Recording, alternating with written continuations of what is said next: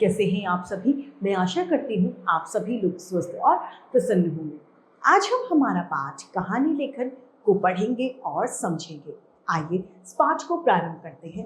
ये है पाठ 19 कहानी लेखन। प्रत्येक व्यक्ति या बच्ची को कहानी सुनना बहुत पसंद है। हमारे दादा दादी नाना नानी सभी हम लोगों को कहानी सुनाते हैं, लेकिन बच्चों को कहानी सुनने का कुछ ज्यादा ही शौक है। कहानी उसकी दादी या नानी सुनाती है। कहानी कहने और सुनने में अंतर होता है। कहानी की रोचकता और सुंदरता सुनने वाले और सुनाने वाले पर निर्भर करता है कि वो कितने ध्यान से सुन रहा है और वो कितने अच्छे से कहानी को सुना रही है। कहानी का विषय आकर्षक और रोचक होना चाहिए, जिसकी नाम सुनते ही लोगों को उसको जानने की इच्छा हो। कहानी छोटे छोटे वाक्यों में लिखी जानी चाहिए। कहानी की भाषा सरल और स्पष्ट होनी चाहिए ताकि लोगों को समझ में आ सके। कहानी का शीर्षक आकर्षक और छोटा हो। कहानी के आरंभ यानी शुरुआत पर विशेष ध्यान देना चाहिए। कहानी लेखन का ढंग दो तरीके से होता है। पहला, शब्द संकेतों के आधार पर तथा संकेत या चित्रों के आधार पर। पहला है हमारा बंदर और मगरमच्छ की कहानी। एक समय की बात है, एक बंदर और मगरमच्छ नदी के किनारे रहते थे। बंदर जामुन के वृक्ष यानी पेड़ पर रहता था।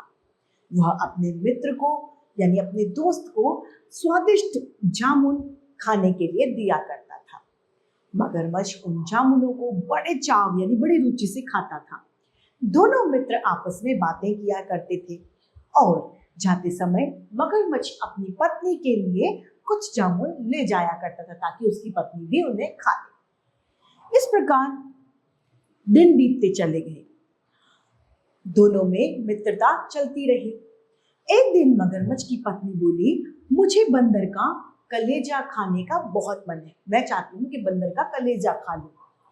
जब जामुन इतने मीठे हैं तो वो बंदर हमेशा मीठे जामुन खाता है, तो उसका कलेजा कितना मीठा होगा, क्या बंदर की पत्नी ने कहा। अगली सुबह मगरमच्छ ने बंदर से अपने घर चलने के लिए कहा। बंदर तुरंत से तैयार हो गया क्योंकि उसे इस बात का अंदाजा ही नहीं था। बंदर मगरमच्छ की पीठ पर सवार होकर घर की ओर चल पड़ा। नदी के बीच जाकर मगरमच्छ ने बंदर को सारी सच्चाई बता दी। वह उसे अपनी पत्नी के पास क्यों ले जा रहा है, बंदर को सारी बात पता चली गई। बंदर सुनकर बड़ा आश्चर्य में पड़ गया। वह बोला, अगर ऐसी ही बात थी तो मुझे पहले क्यों नहीं बताया? मैं तो अपना कलेजा जामुन के पेड़ पर ही छोड़ आया हूँ। बंदर ने अपनी बुद्धि का प्रयोग किया और उसने कहा कि तुम मुझे पहले बता देते तो मैं अपना कलेजा लेके आता।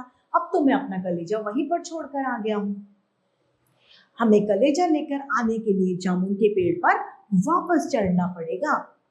इसे साथ नहीं लेकर नहीं घूमा जाता, मतलब कलेजे को वो साथ लेकर नहीं घूमता। मगरमच्छ बंदर की बातों में आ गया। वह बंदर को जामुन के वृक्ष के पास नदी के किनारे ले गया। बंदर तुरंत छलांग लगाकर कूदकर पेड़ के ऊपर चढ़ गया। उसने मगरमच्छ से कहा, अरे मूर्ख, अरे पागल, किसी का कलेजा पेड़ पर होता है? वह तो शरीर के अंदर होता है। इस प्रकार बंदर ने चालाकी से अपनी जान बचा ली। मगरमच्छ भी दुखी होकर वहां से वापस लौट गया। इससे हमें शिक्षा मिलती है कि मूर्ख मित्रों से हमेशा हमें बचकर रहना चाहिए।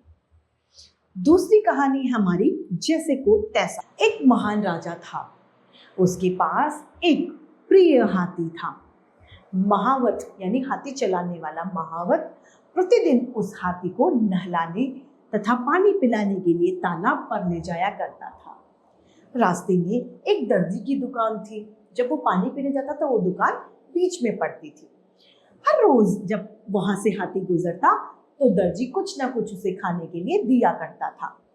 हाथी जब तालाब से नहाकर वापस आता था तो उस समय वह दर्जी के लिए कमल के फूल लेकर आया करता था और दर्जी को देता था।